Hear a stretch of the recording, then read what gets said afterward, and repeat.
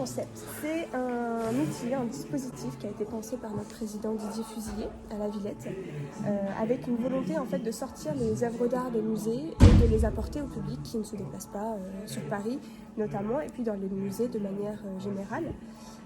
C'est une application, hein, tout simplement, qu'on installe sur la tablette et sur un PC. Les deux sont en lien, donc là vous avez ce qu'on appelle le mode libre.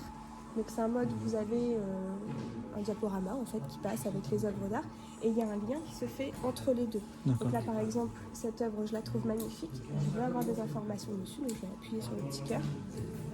Donc là on voit que c'est par exemple c'est une œuvre de Velázquez. Et est-ce qu'on sait dans quel musée il est Oui, là on a souvent le petit logo, sinon on a plus d'informations sur le petit cartel. Bon là c'est pas le bon exemple, mais on a parfois plus d'informations sur l'œuvre en elle-même. D'accord. Okay. Si je reviens en arrière, hop, j'ai la possibilité de zoomer sur l'œuvre. D'accord. Donc ça en fait c'est vraiment un des points importants de cet outil, c'est qu'on a la possibilité de regarder le moindre détail de l'œuvre. Là on voit quasiment tous les coups de pinceau. Sur la Joconde on voit toutes les craquelures, on voit vraiment le détail de chaque œuvre. Donc ça c'est possible sur toutes les œuvres. Et ensuite après je peux me balader dans l'application sur le musée numérique. Donc là je vais avoir des petites vidéos, je peux avoir des œuvres complémentaires donc qui sont en lien avec l'œuvre principale, donc c'est l'œuvre de Velázquez, qui sont soit du même artiste, soit du même courant, soit inspirés, voilà. Il y a toujours un petit lien qui se fait avec la première œuvre. Donc je peux en avoir plusieurs. Et c'est un outil qui se veut à la fois pour les adultes, mais aussi surtout pour les enfants. Avec par exemple le petit jeu, jeu du taquin par exemple, qui est un jeu de casse-tête. Voilà, qui peut être joué par tout le monde. Il y a plein de petits jeux comme ça. Là par exemple, on a du spectacle vivant sur le musée numérique. Donc ça c'est en partenariat avec la Cité de la Musique, c'est ça, la Philharmonie de Paris? En fait, on a 12 musées partenaires qui ont été à l'origine des premières collections. Parce que sur le musée numérique, aujourd'hui, on est à plus de 3000 œuvres d'art. Dont le Louvre, le musée d'Orsay. Le musée d'Orsay, le musée Pompidou, le musée du Quai Branly, on a le Festival d'Avignon, on a la Philharmonie de Paris. Voilà, ça c'est des musées, on a le Château de Versailles également, c'est des musées vraiment qui ont été présents dès l'ouverture, dès la création du projet. Et aujourd'hui, on a des collections des musées des Hauts-de-France, on a le musée du Québec, on a une collection qui s'appelle Mexico, on a les châteaux d'Europe, enfin voilà, ça s'est énormément enrichi et ça s'enrichit constamment. On a des nouvelles collections qui sortent 2 fois par an à peu près. Donc ici en fait, le public pourra venir. C'est ça. Alors après, chaque microfolie, aujourd'hui on est à un peu plus de 300 microfolies en France. Chaque microfolie fonctionne différemment, mais oui, l'idée c'est que le public puisse venir s'installer sur les tablettes, visiter la collection qui est mise en valeur. Donc aujourd'hui on est sur une collection nationale. Demain ce sera peut-être la collection Québec, la collection Mexico, etc. Et ensuite il y aura des conférences menées par Isabelle, donc Isabelle qui est derrière et qui elle va vraiment mener les conférences, préparer, choisir, sélectionner chaque œuvre d'art en fonction du public. Et il y a déjà une programmation qui est sortie sur Ville Parisie et qui est très très riche. C'est un concept qui est né pendant le confinement ou c'est antérieur au confinement? C'est un projet qui était dans la tête depuis 2015 à peu près de notre président et qui est sorti en 2017. La toute première microfolie, c'est celle de Sevran et depuis ça n'a fait que... Mais le confinement a permis d'accélérer peut-être ce concept d'ouvrir les musées. Bien sûr, le numérique de toute façon a complètement explosé depuis le confinement et le Covid. Donc c'est un autre moyen, on va dire, d'aller dans le musée, même si l'idée c'est pas de remplacer le musée. Bien sûr. L'expérience face à une... Ça vaut pas le plaisir d'aller au musée. De sortir, de rentrer dans un musée, d'être face à l'œuvre d'art, c'est, on va dire, une préparation au musée. Ou un souvenir, peut-être. On le voit comme on veut, si c'est avant ou après le musée. D'accord, très bien. Merci beaucoup. Merci. Nicolas, vous êtes là, le président de la Maison pour tous, l'association. Aujourd'hui, c'est l'inauguration de la microfolie. Qu'est-ce que c'est la microfolie en quelques mots?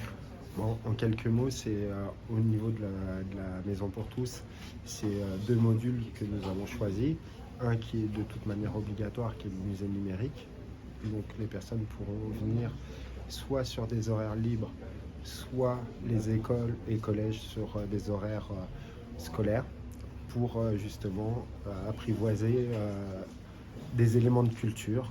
Donc pourquoi je dis éléments de culture au pluriel, c'est que en fait vu les partenaires qu'il y a dans le réseau de Microfolie, ça touche la danse, la musique, l'opéra, les œuvres contemporaines, musées, même le château de Versailles est dedans. Donc voilà, et la deuxième partie, l'autre module que nous avons choisi, c'est le Fab Lab.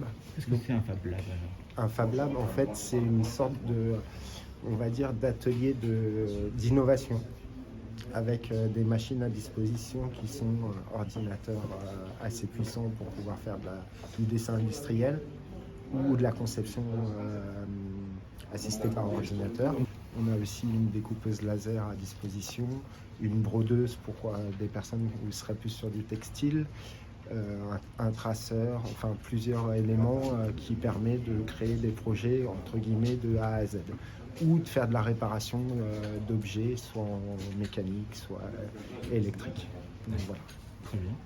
Donc c'est ouvert aux heures d'ouverture? Alors les heures d'ouverture pour le musée numérique en session libre, c'est le samedi toute la journée, en sachant que le mercredi sera plus en dehors de la maison pour tous, vers par exemple les centres de loisirs ou autres. On pourra se déplacer avec le musée numérique pour faire participer les enfants qui sont dans les centres de loisirs. Le samedi, du coup, c'est libre sur place dans la salle polyvalente. Et pour le Fab Lab, c'est le mercredi après-midi où c'est libre, et le samedi aussi, où là, le Fab Lab Manager sera là à la disposition des personnes pour les aider à monter et à concevoir des projets ou des réparations, des choses dans le genre. Monsieur Lebert, bonjour. Vous venez de vivre une expérience unique. Quelles sont vos impressions? C'est une expérience qui est loin d'être virtuelle. Effectivement, elle est unique. Elle renvoie à la valorisation justement de la culture et de l'accès à la culture pour toutes et pour tous, par le biais d'un projet ambitieux porté à la fois par les services de la Maison pour tous, son bureau directeur et sa structure administrative, mais aussi par la ville. Et je suis très heureux aujourd'hui de pouvoir profiter pleinement de ce qui nous avait été annoncé il y a 2 ans et de pouvoir essayer avec ces tablettes, avec ce lien, avec la présentation qu'on a pu avoir, profiter des œuvres, de la richesse d'œuvres de différents musées, échanger, communiquer, lire, jouer même, c'est assez exceptionnel.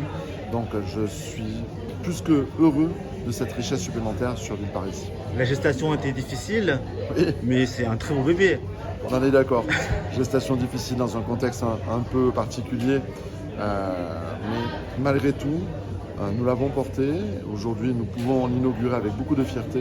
Et je souhaiterais, moi, dire 2 mots pour remercier d'abord son président, bien entendu, le président de la Maison pour tous, Nicolas Lavergne, qui a été un partenaire plus que précieux, mais aussi ses équipes. Je pense aussi au président, à l'ancien président, directeur de la Maison pour tous, M. Mohamed Zoubir, qui nous avait parlé au tout début de ce projet, au moment où on a été allé juste dans la genèse, dans l'intention, et nous l'avons concrétisé. Et ça, c'est une chance, voire une bénédiction pour les villes parisiens et les villes parisiennes. Merci, monsieur le maire. De rien.